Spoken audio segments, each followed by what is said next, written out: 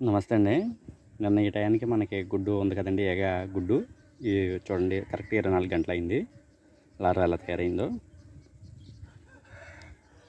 రోజు రోజుకి ఇంత సైజు పెరిగిపోతూ ఉంటాయండి. మనకి 3-4 రోజులకి ఈ సైజు వచ్చేస్తూ ఉంటాయి. మనం అప్పుడు కోళ్ళకి మేత కింద వేసేసుకోవచ్చు.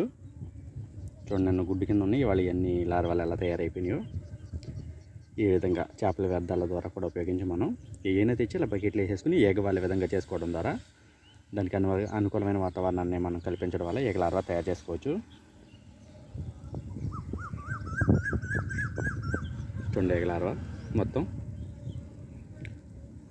అలా ఉన్న ఒక పోగు లాంటి దాంట్లో కొన్ని వందలు ఉంటాయండి ఏగ లార్వా.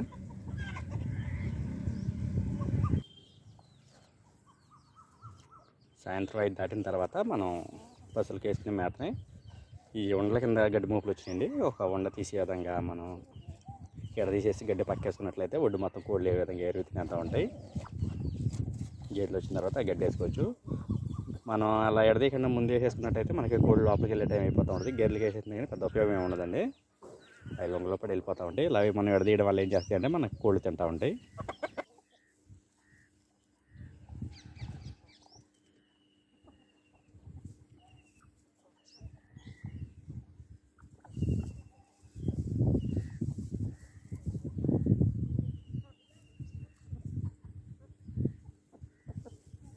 కాకడాయపర్లాన్ని గాబులు వేసానండి, లేకపోతే దీన్ని తవలేసేది.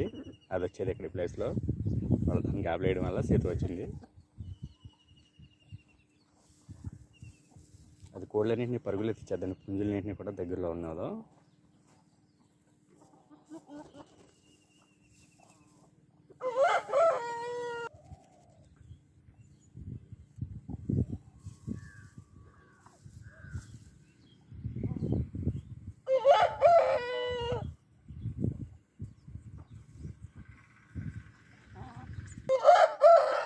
ఈ గూట్లో 3 పిల్లలు ఉన్నాయండి.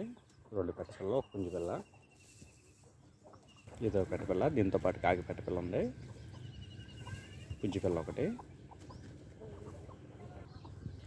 ఈ మొత్తం 5 అండి. 5 అయితే 3 పుంజు పిల్లలు, 2 పెట్టపిల్లలు. అప్పుడు నా దగ్గర వాళ్ళు ఏం చేశారంటే ఒక పెట్టని తీసుకున్నారు, పొదుగు పెట్టని, హైదరాబాద్ నుంచి. అప్పుడు ట్రాన్స్పోర్ట్ అడిగితే వాళ్ళు ఏమన్నారంటే ట్రాన్స్పోర్ట్ ఛార్జ్ 500 ఇమ్మన్నారు. నేను ఒకదానికోసం 500 అని అడిగితే అప్పుడు వేరే వాళ్ళు ఇంకొకరి ద్వారా టైఅప్ అయ్యేళ్ళు 2 పుంజు పిల్లలు నేను ఆ పెట్టని కలిపి తీసుకున్నారండి. మొత్తం 3 ఒకే బాక్స్లో ప్యాకింగ్ చేసి ఇచ్చాను. ట్రాన్స్పోర్ట్ ఛార్జ్ అప్పుడు 500 ఇచ్చాము. వాళ్ళు 2 పుంజు పిల్లలు తీసుకున్నారు అప్పుడు వీటితో పాటు. పుంజు పిల్లల తర్వాత తీసుకుంటాం, ముందు పెట్టని ఇచ్చామన్నారు. అలాగే ట్రాన్స్పోర్ట్ ఛార్జ్ అవుతుందని మొత్తం కలిపి ఒకేసారి పంపించేశానండి. అప్పుడు 3 నెలలు 4 నెలలు వయసు, 3 నెలలు వయసు అప్పుడు ఉంటాయి నీళ్ళు అయ్యి. పెంచి 6 నెలలు వచ్చినట్టుంది ఎత్తి. అది పుంజిపిల్ల అండి. ఆడితో పాటు ఆ నల్ల పెట్టపిల్ల, ఆ పెట్టపిల్ల, ఇప్పుడు చూపించిన ఉరుగు పిల్ల, పుంజిపిల్ల 3 ఒక గూట్లో అండి. 2 పుంజిపిల్లలు అప్పుడు హైదరాబాద్ ఇచ్చాను కదా, మొత్తం 5 పిల్లలు ఈ గూడు. దీనికంటే పెట్టపిల్ల మంచిదండి, వాటం కానీ సైజు కానీ. పుంజిపిల్ల కూడా బాగా సైజు వద్దు దాంట్లోది. ఇదండి పుంజిపిల్ల. ఇది ఒకటే పిల్ల అండి. అప్పుడు ఆ గూడు సంబంధించి పిల్లలు తీసేసినప్పుడు కోడి దగ్గర ఒకటే పిల్ల ఉంచాను. మళ్ళీ ఇప్పుడు దీని తల్లిని పొదిగేసానండి. ఇప్పుడు గుడ్ల మీద ఉంది. అప్పుడు దీంతో పాటు చేతిలో పెట్టక 2 పిల్లలు ఉండేయండి. ఆ పిల్లలతో పాటు కలిపి తిరిగేది. వాటిలో ఇప్పుడు చేతిలో పెట్ట దగ్గర ఉన్న పిల్లలు ఇవ్వండి. ఇవి అయితే వీటిలో పెట్టపిల్ల ఇచ్చేసాను. ఇప్పుడు ఈ పుంజు పిల్ల, ఆ పెట్టపిల్ల ఉన్నాయి. ఇది సైజు వద్దండి పిల్ల బాగా.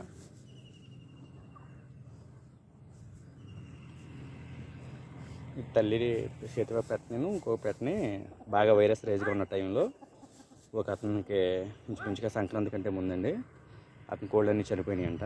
చనిపోయినప్పుడు ఎక్కడ గుడ్లు మంచి తెచ్చుకున్నాను అన్నాడు. బాగా పొదిగే పెట్టలు 2 కావాలంటే అప్పుడు ఈ తల్లి చేతిలో పెట్టని ఇంకో పెట్టని కల్పించానండి వాళ్ళకి సంక్రాంతి కంటే ముందు.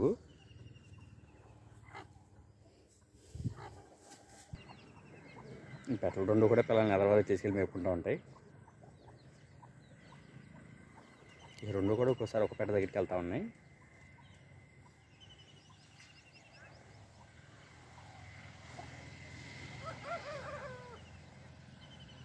ఈ పెట్ట క్రాసింగ్కి రెడీ అయ్యేటప్పుడు కోడి కనపడదు కానీ చూపులకి 4 కేజీలు చిల్లర వచ్చేస్తూ ఉంటుంది. ఈ టైంలో మేత అసలు తీసుకోదండి. మేత పొట్టలో కొద్దిగా 4-5 గింజలు ఉంటా ఉంటాయి అంతే. గుడ్డుకు వచ్చేటప్పటికి పెట్ట బాగా తయారైపోద్ది. 4 కేజీలు చిల్లర అయిపోద్ది. ఫుల్ బాడీ టైట్ అయిపోద్ది బాడీ మొత్తం. వీటి రోజుల్లో మట్టికి గుడ్డు పెట్టే కంటే ముందు అలా చిన్నపిల్లలాగా ఒళ్ళంతా సజ్జ కొట్టేసి ఎక్కడో వచ్చే వరకు కూడా పూర్తయ్యే వరకు కూడా మేతలు తక్కువ తీసుకుంటుంది. చిన్నగా ఉన్నట్టుగా ఉంటుంది. అప్పుడు కేజీ బరువు, కేజీన్నర వరకు గుడ్డుకి రెడీ అయ్యేటప్పుడు 4 కేజీల వరకు వచ్చేద్దండి పెట్ట. చాలా సడింపుగా ఉంటుంది పెట్ట. చూపులు కనపడదు. బాడీ కూడా కొద్దిగా నల్లగా ఉన్నట్టు ఉంటుందండి. మొన్న మనం ఇచ్చిన 4 వరుగుల్లో ఒకటి తప్పినీళ్ళ విజయం సాధించిందన్న పుంజి ఈ గూట్లో తినండి. పచ్చకాయతో పాటు కాకిడాగ అది. మిగతా 3 వేరే గూడు.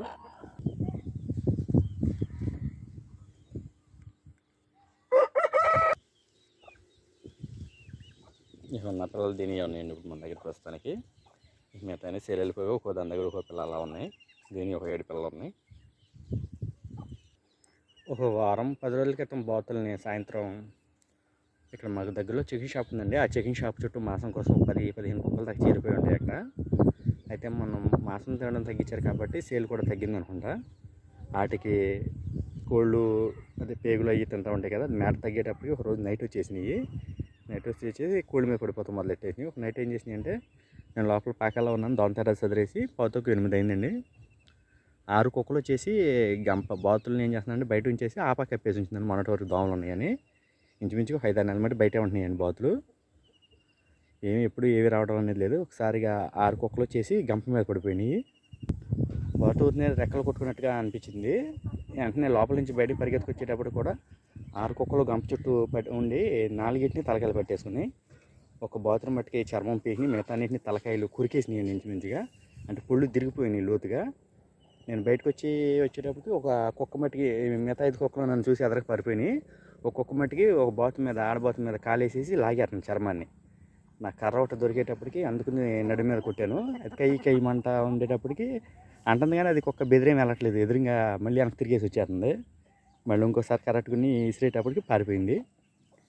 లైట్ వేసి చూసేటప్పటికి మొత్తం 6 కుక్కలు వచ్చినాయండి. వాటిలో ఇట్లా ఇంచుమించుగా మిగతా బాతులేమో బయటికి లాగిందేమో చర్మం పీకేసిందేమో వెళ్ళిపోయి చెరులో దూకేసింది. మిగతా 3 గంపలు ఏమున్నాయని వచ్చి చూసేటప్పటికి తలకాయలు ఇంచుమించుగా పట్టేసి రక్తం కారిపోతుంది. కింద పడిపోయి కొట్టేసుకుంది. కొద్దిసేపు వాటిని పట్టుకుని చెవులు అయ్యి గట్టిగా పట్టుకుని మూసేటప్పటికి కొద్దిగా ఒక పావు గంటకి రిలీఫ్ అయినాయి. ఇంచుమించుగా ఒక 6 నిమిషం లేట్ అయినా కానీ కొరికేసేయండి పేకలో. 6 కుక్కలు వచ్చేసి గంప చుట్టూ పట్టేసి ఇది ఏది దొరికిందని దాన్ని అట్టుకుని తలకాయ కొరికేస్తున్నాయి. అందుకే కోళ్ళ విషయంలో మనం చాలా అలర్ట్గా ఉండాలండి. అసలు కోళ్ళని మకం వదులు కూడా అసలు ఎట్టి పరిస్థితుల్లోనూ బయటకు వెళ్ళకూడదు. ఎటు నుంచి వస్తాయో తెలియదు మనకి. మనం అప్పుడు దాకా తిరిగిన కుక్కలు ఏమీ చేయవు కానీ అలా సడన్గా ఎటు నుంచి వస్తాయో తెలియదు, వచ్చేసి కరిసి వెళ్ళిపోతాయి. మనం ఏదైనా పట్టుకుని దాన్ని తింటం అనేది జరగదు, కొరికేసి వదిలేస్తూ ఉంటాయి. అలా చాలా నష్టం చేసేస్తాయి కుక్కల మట్టికి. అందువల్ల మకాలు మెయింటైన్ చేయాలనుకున్నప్పుడు మట్టి ఖచ్చితంగా అందుబాటులోనే ఉండండి. అంతా కలిపి నేను లోపల నుంచి రావడం ఒక 40 సెకండ్ల టైం ఉందేమోనండి, అంతే. 1 నిమిషం కూడా లేదు బాతు శబ్దం చేసిన కాడి నుంచి. అలా 6 కుక్కలు కూడా ఒకదారి అవి మాంసానికి అలవాటు అయిపోయి ఉంటాయి కాబట్టి చాలా దారుణంగా కొరికేస్తాయి. అలవాటు లేని అయితే కొంత ఊరిని బెదరేస్తూ ఉంటే పట్టుకుంటే టైం పడుతుంది. ఏం చేస్తాయి అంటే తింటాం అలవాటు అయినాయి, అటు పట్టు తెలుసు కాబట్టి ఎక్కడైతే పట్టుకుని కొరికైతే చచ్చిపోద్దన్న ఆలోచన మీద పట్టుకుని కొరికేస్తూ ఉంటాయి. అందువల్ల మకం మెయింటైన్ చేయాలనుకున్నప్పుడు అనుక్షణం మనం మకం కోళ్ళని అందుబాటులో ఉండాలండి. 3 రోజులు అయితే మేతం లేదండి బాతులు. తర్వాత మెల్లగా ఆ రోజు టీటీ ఇంజక్షన్ అయితే ఇచ్చి ట్యాబ్లెట్లు వేసిన తర్వాత మెల్లగా రికవరీ అవుతూ మొదలుపెట్టినాయి. ఒక ఆడబాత అయితే ఇప్పటికీ కుంటుతానే ఉంది, కాలు పెట్టేస్తున్నట్టుంది దాన్ని. అందువల్ల కుక్కలు అనేవి చాలా వరకు నష్టం చేసేస్తాయండి. చాలా జాగ్రత్తగా ఉండాలి.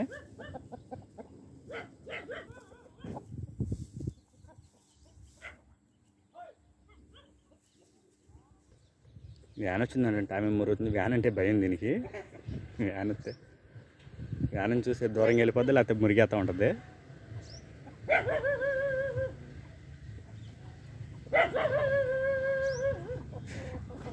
వ్యాన్ చూస్తే పరాదు అయిపోద్ది.